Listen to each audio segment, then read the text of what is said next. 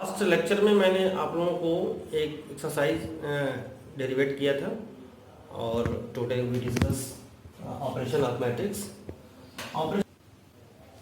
Operation of matrix में हम लेंगे addition of matrix. Addition of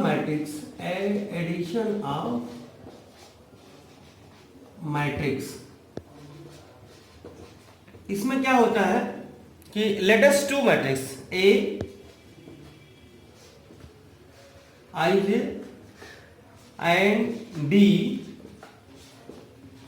I J both are square matrix. इसका एडिशन करेंगे तो जो हमारा फाइंड होगा C, एक मैट्रिक्स फाइंड होगा जो होगा A I J plus B I J।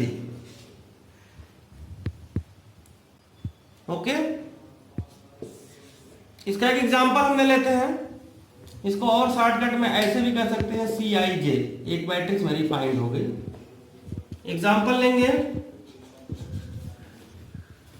एक स्क्वायर मैट्रिक्स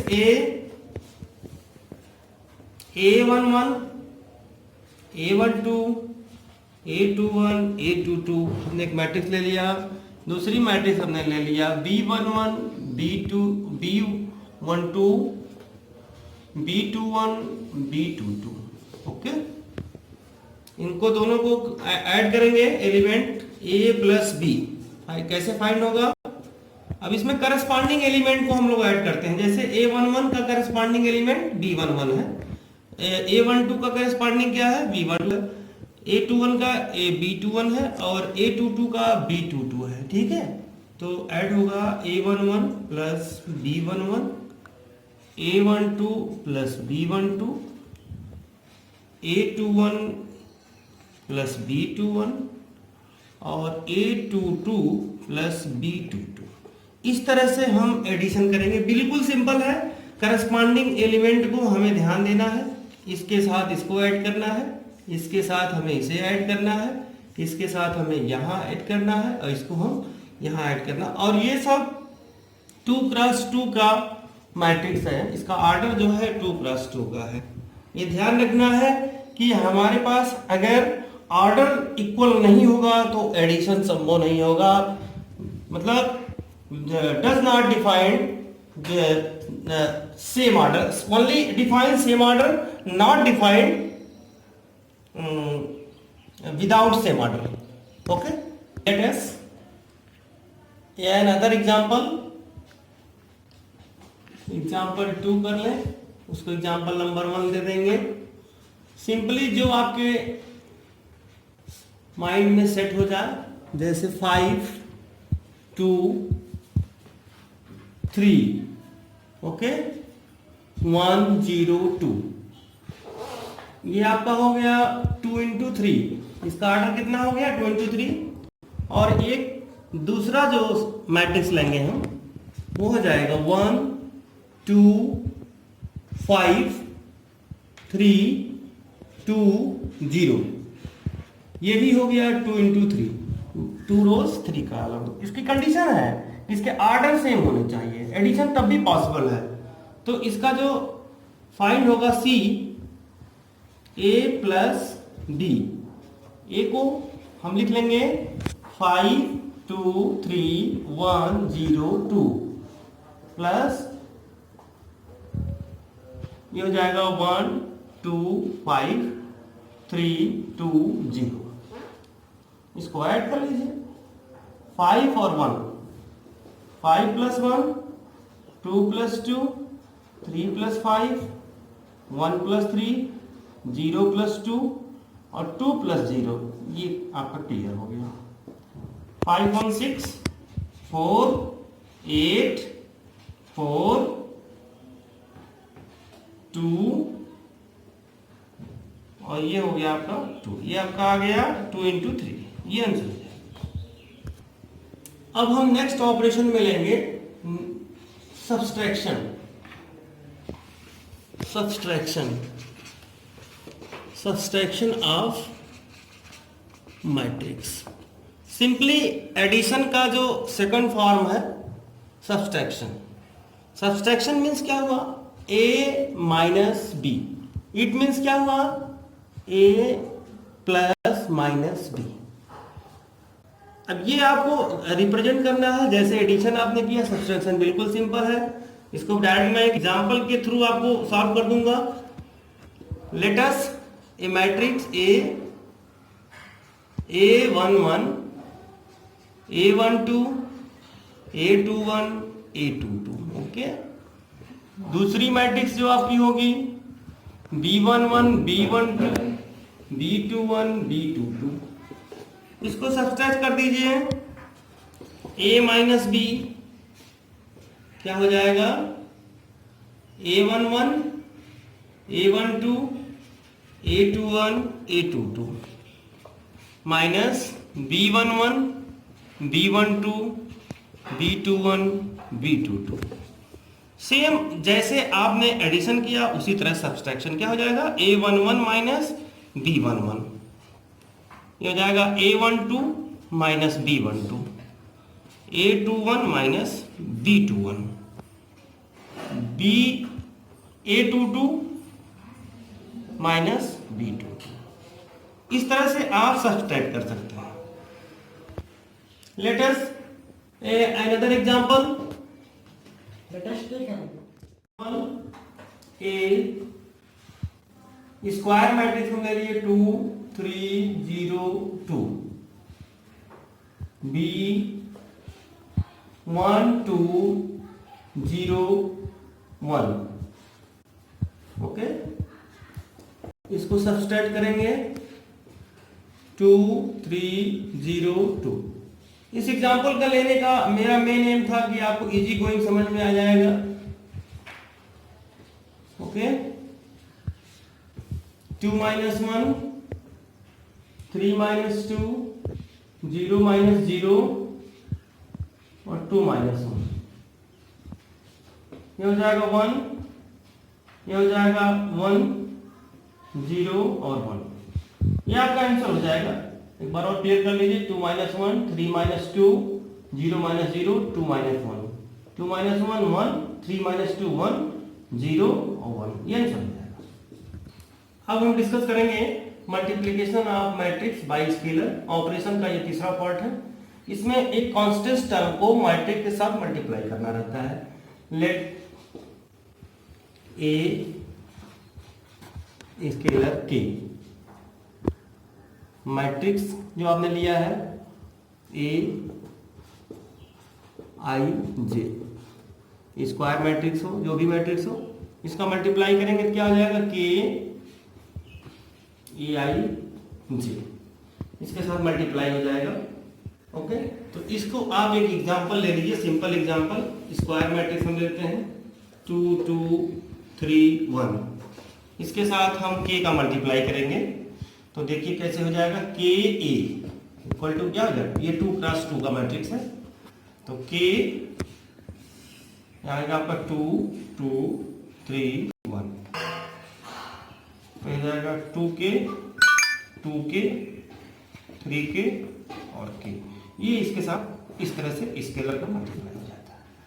अब चौथी टॉपिक जो आपकी आती है वो हम आपको डिस्कस करेंगे यहां पर, मल्टीप्लिकेशन ऑफ मैट्रिक्स।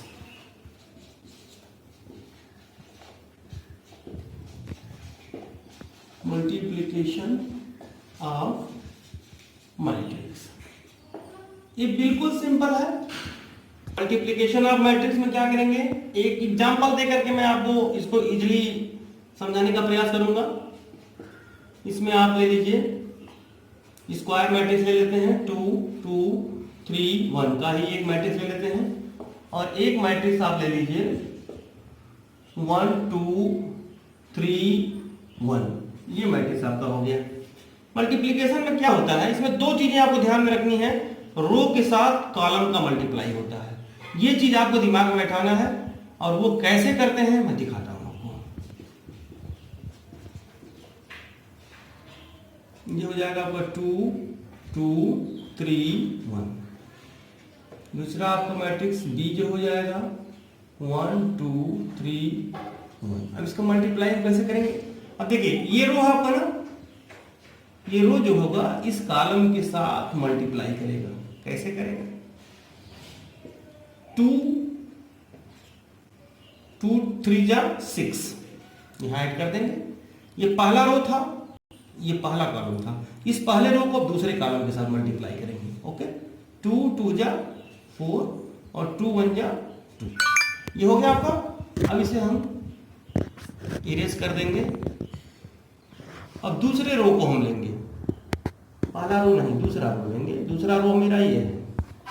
दूसरे रो को इस पहले कॉलम के साथ मल्टीप्लाई करेंगे। 3 1 जा 3, 1 3 जा 3। ठीक है, अब इसको दूसरे रो के साथ हम मल्टीप्लाई करेंगे। 3 2 जा 6 और 1 1 जा 1। ये आपका आ जाएगा 6 2 8 4 2 6 3 3 6 1 7।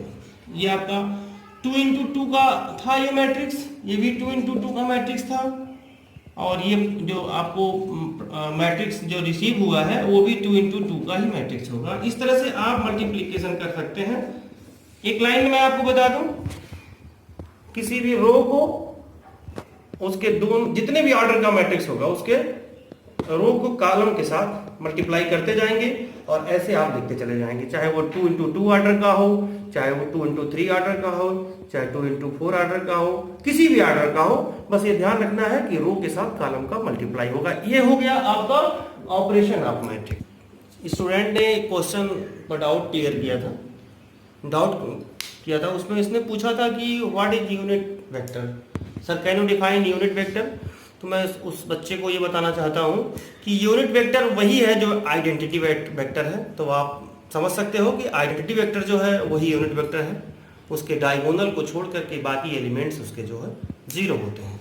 और आपका एक क्वेश्चन था मधुर गुप्ता से, तो आपने क्वेश्चन तो दिया नहीं था, तो किसी तरह से मुझे क्वेश्चन कलेक्ट करना पड़ा है। क्वेश्चन में क्या है, ए आपका शायद यही क्वेश्चन होगा, ए बी ये दो मैट्रिक्स दिए गए हैं, hence find C such that 2a minus B plus 3c is a unit vector.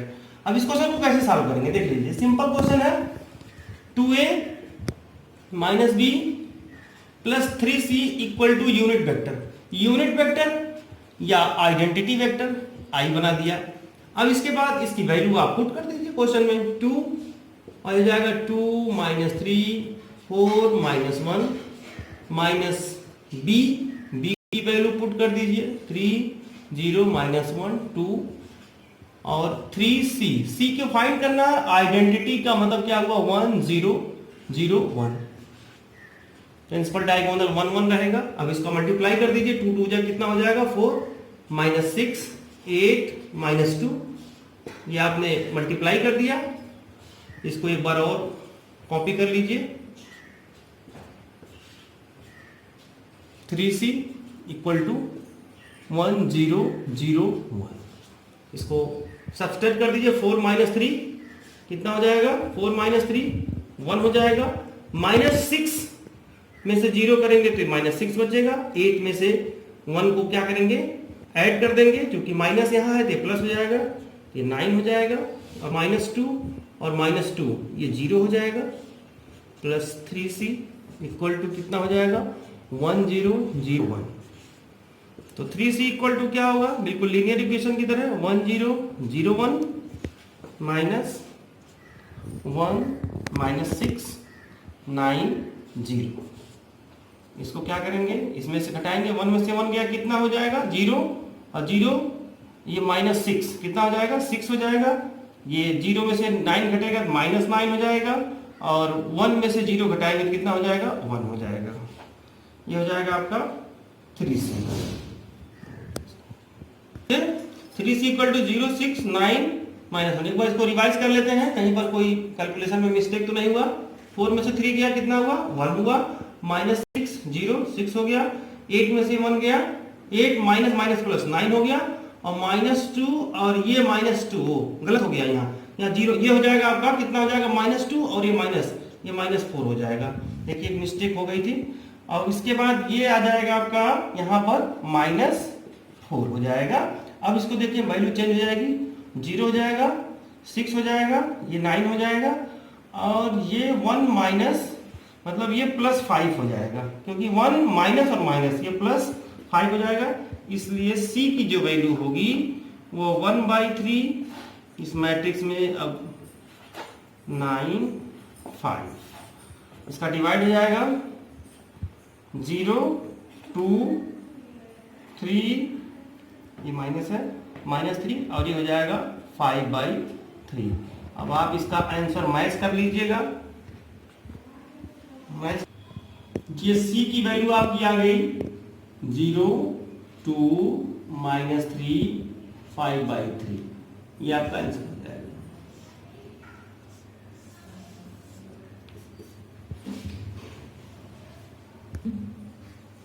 आज लेक्चर को यहीं पर हम रोकेंगे, फिर हम इससे आगे कुछ एग्जांपल्स और कुछ अच्छे अच्छे क्वेश्चन लेकर के नेक्स्ट वीडियो में मैं पोस्ट करूंगा।